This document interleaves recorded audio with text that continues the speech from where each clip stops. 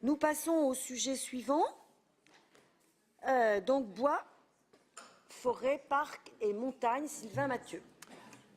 Merci Madame la Présidente, chers collègues. Alors, voilà.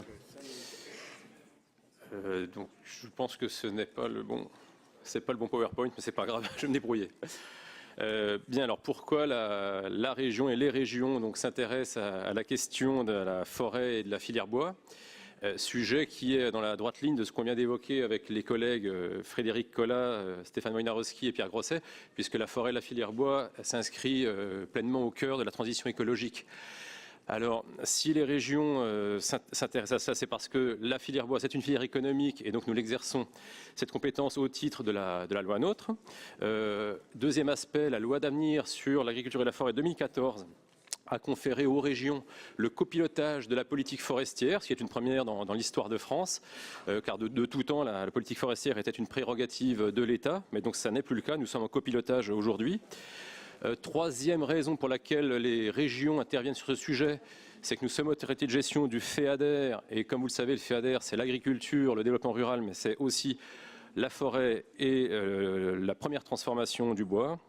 Et puis quatrième raison, la forêt, c'est un sujet transversal qui concerne aussi l'aménagement du territoire, l'environnement au sens large, l'énergie renouvelable, la biodiversité, voilà. Le rappel des grands axes de notre stratégie de mandat. Donc le premier objectif, c'est créer plus de valeur ajoutée et d'emplois dans la filière en mobilisant mieux notre ressource.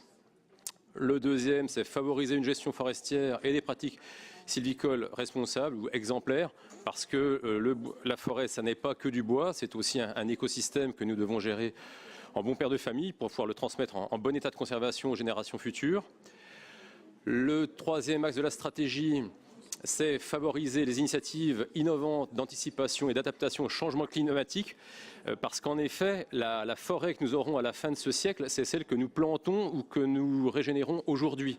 Ce qui veut dire que tous les forestiers, dès aujourd'hui, doivent intégrer le climat qu'il y aura d'ici un siècle pour choisir les essences. C'est une question très compliquée, parce que si le réchauffement climatique, en apparence, est minime, c'est que 2 ou 3 degrés.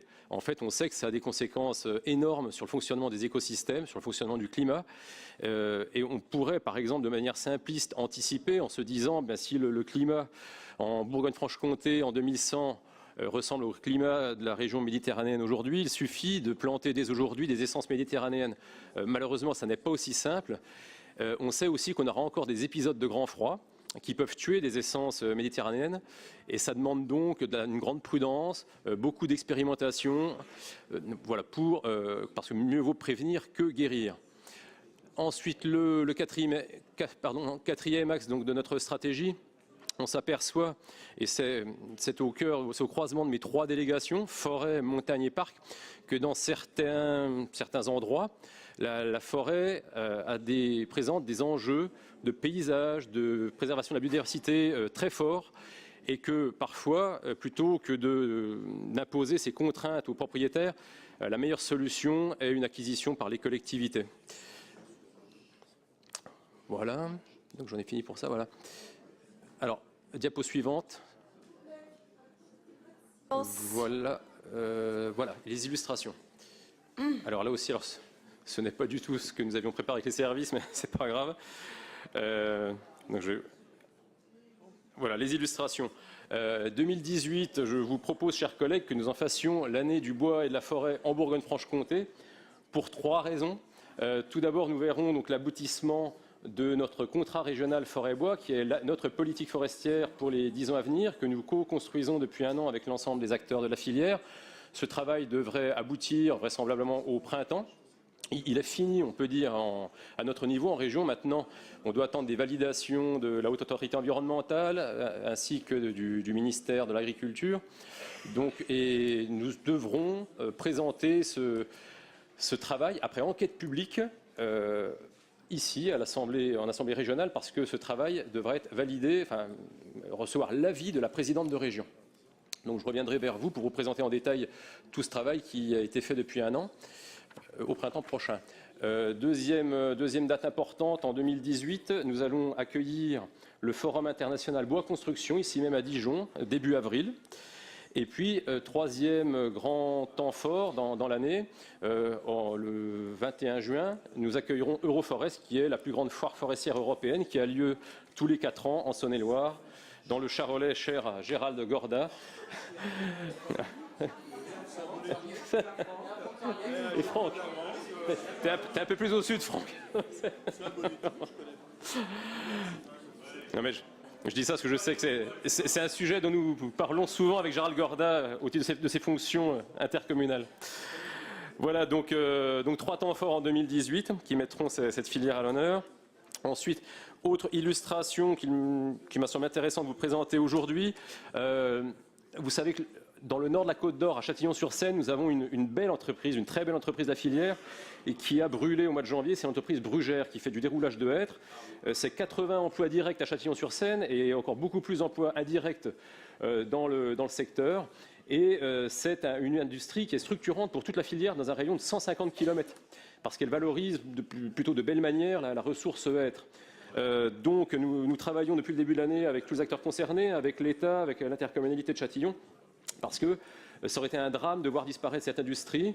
Heureusement, grâce à l'action de tous, aujourd'hui, l'entreprise a été rachetée, l'investisseur porte un vrai projet industriel, il souhaite en faire le premier site de déroulage d'Europe. C'est un chantier en tout de 15 millions d'euros qui est plutôt bien engagé. C'est un bel exemple d'action de la région, parce que même, on peut intervenir directement, et nous le ferons sur l'investissement matériel, mais sur la partie immobilière, c'est notre outil Bâtifranc que nous utilisons donc pour reconstruire les bâtiments. Autre aspect intéressant dans cette entreprise, elle porte un projet de recherche-développement depuis 2 ans, financé en grande partie par la région. Donc ça rejoint le débat que nous avions ce matin sur le débat entre investissement, fonctionnement.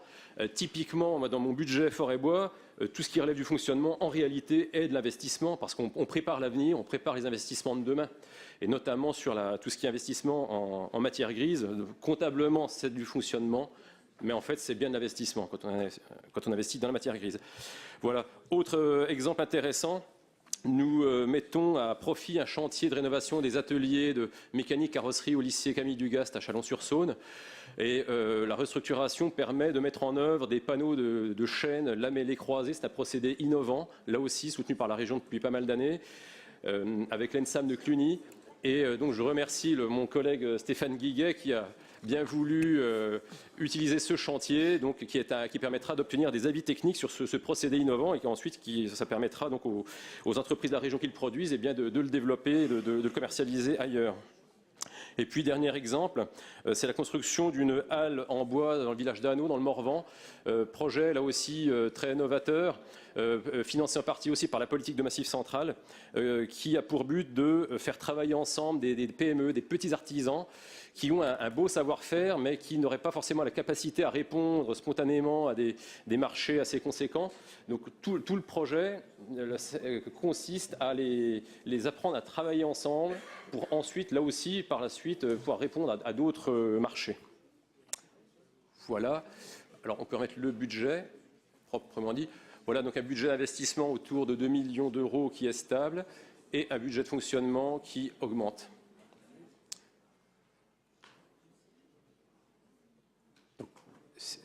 Je vous propose, s'il y a des questions sur la filière forêt-bois, je propose d'y répondre maintenant avant de passer. Les questions passeront. J'enchaîne avec politique montagne et politique parc. Je rappelle que ce sont bien 3 politiques distinctes. Alors, la politique montagne, donc quels sont nos engagements en la matière? Premièrement, si la région intervient sur ce sujet, c'est au titre de la loi montagne de 85, qui est une loi qui, pour la première fois dans l'histoire du pays, a considéré que les zones de montagne méritaient des politiques différenciées par rapport au reste du territoire pour compenser des handicaps naturels. Et plus récemment, donc, cette politique s'est traduite dans chaque massif de montagne par des stratégies de massifs, des conventions de massifs passées entre la région, l'État, les départements, et puis également des programmes interrégionaux FEDER. Je vous rappelle que nous avons 3 massifs de montagne dans notre région. Donc le plus important, c'est les 2 tiers du nord du massif du Jura qui sont chez nous, le tiers sud étant dans le département de l'Ain, en région Auvergne-Rhône-Alpes. L'autre massif, c'est les Vosges. Nous avons 12% les plus au sud du massif des Vosges qui sont chez nous, les 88% au nord qui sont sur Grand Est. Et puis nous avons, avec le Morvan et puis la partie du territoire qui relie le Morvan au reste du massif central, notamment autour de Bourbon-Lancy, une partie donc, du massif central.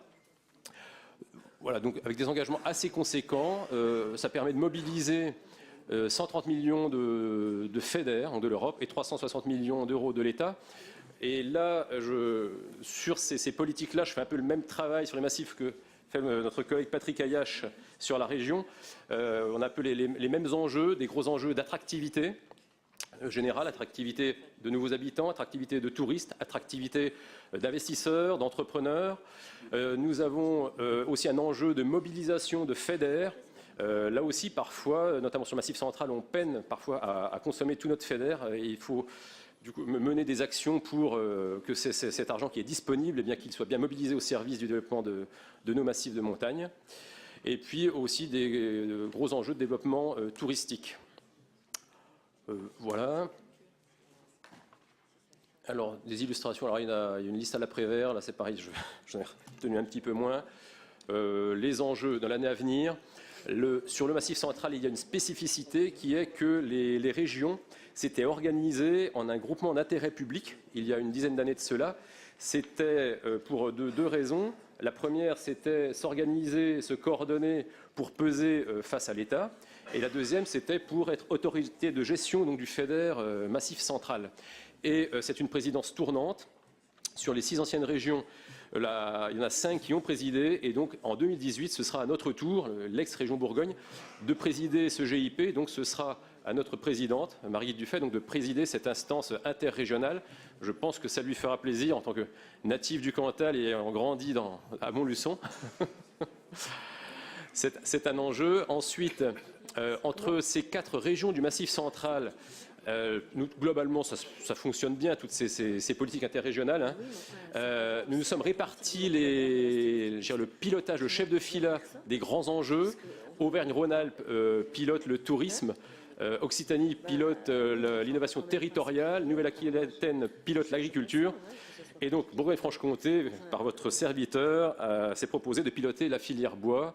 Donc, c'est voilà, pour signaler que nous avons une action au-delà des frontières de notre région et qui se traduit aussi par un personnel dédié dans nos services sur ce sujet filière bois Massif central.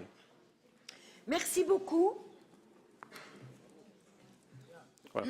Sur les parcs naturels régionaux, rien de particulier à signaler cette année, si ce n'est que le parc du Morvan arrive dans sa 2e année de révision de charte qui est... Nous avons construit la nouvelle charte en 2017. 2018 sera l'année des étapes de validation par les instances nationales et 2019 l'année de délibération des collectivités. Et sur le parc naturel régional du Haut-Jura, nous sommes en évaluation à mi-parcours. Merci beaucoup pour cet exercice, pareil, un petit peu complexe parce que on est passé, non pas du coq à l'âne, mais du parc à la montagne en passant par le bois et la forêt.